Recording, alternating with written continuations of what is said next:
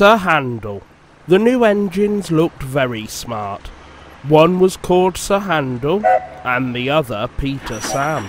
"What a small shed," grumbled Sir Handel. "This won't do at all." "I think it's nice," said Peter Sam. "Huh," grunted Sir Handel. "What's that rubbish?" "Shh, shh," said Peter Sam. "That's Scar Louie, the famous old engine." "I'm sorry, Scar Louie," he whispered. "Sir Handel's upset now, but he's quite nice, really." Scar Louie felt sorry for Peter Sam.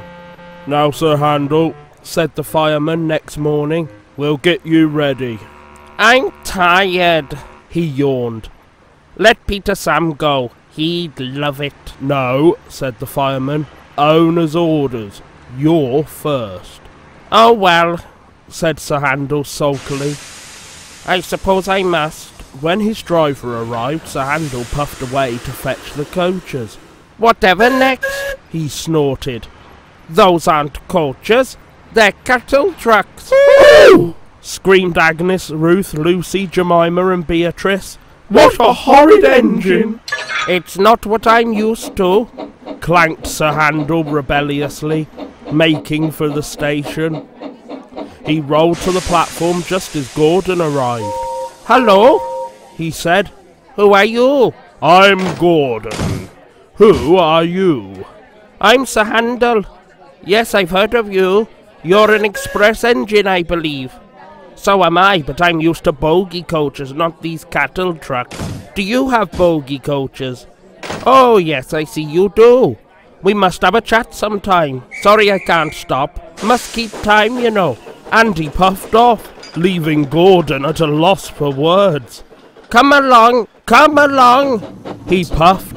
"Cattle trucks, cattle trucks," grumbled the coachers. "We'll pay him out! We'll pay him out!" Presently they stopped at a station. The line curved here and began to climb. It was not very steep, but the day was misty, and the rails were slippery.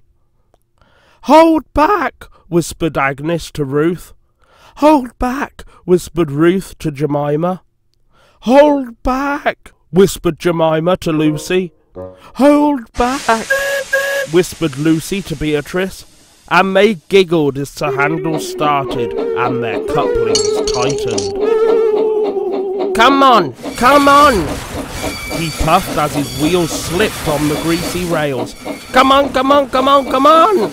His wheels were spinning, but the coachers pulled him back, and the train stopped on the hill beyond the station. "I can't do it! I can't do it!" he grumbled. "I'm used to sensible bogie coaches, not these bumpy cattle trucks." The guard came up.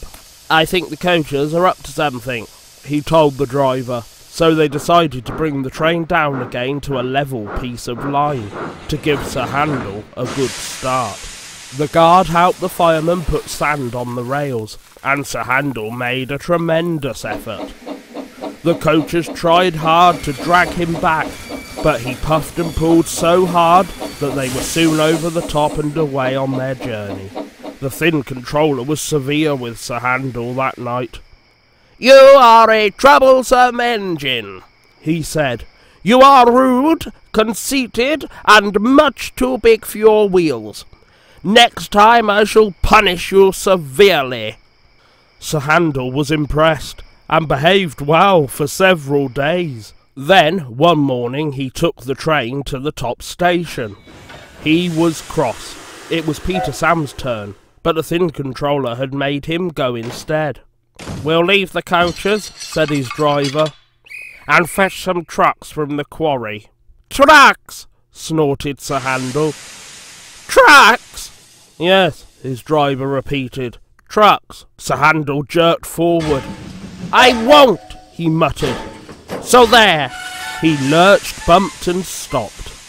His driver and fireman got out. "Told you," said Sir Handel triumphantly.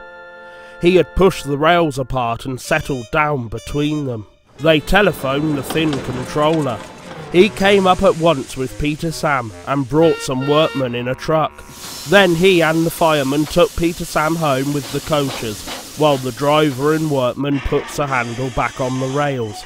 Sir Handel did not feel so pleased with himself when he crawled home and found the thin controller waiting for him. "You are a very naughty engine," he said sternly. "You will stay in the shed till I can trust you to behave."